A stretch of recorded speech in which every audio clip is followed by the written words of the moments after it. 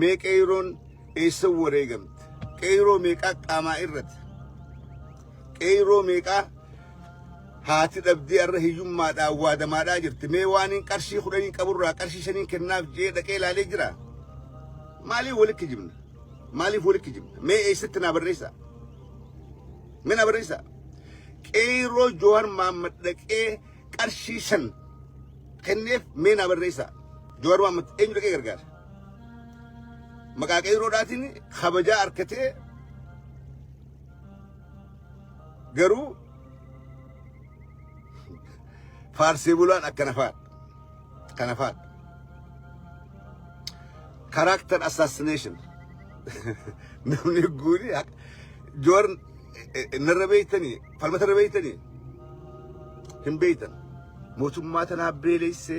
maarree kennaadhaa fi beeta mangistii kana gurguraadhaati doktoroota kenna beeta mangistiin kun nun barbaachisu paarkii jaarta kana gurguraati barsiisota kenna aboonuma addeef maaliif gaafa akka mootummaatti oligansi deeman san lakki an Oromoofin qabsaawaadha akkatti qanani'uun naan hin malle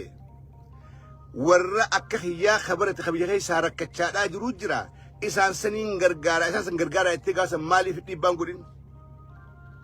eega badhu kan jirtu kana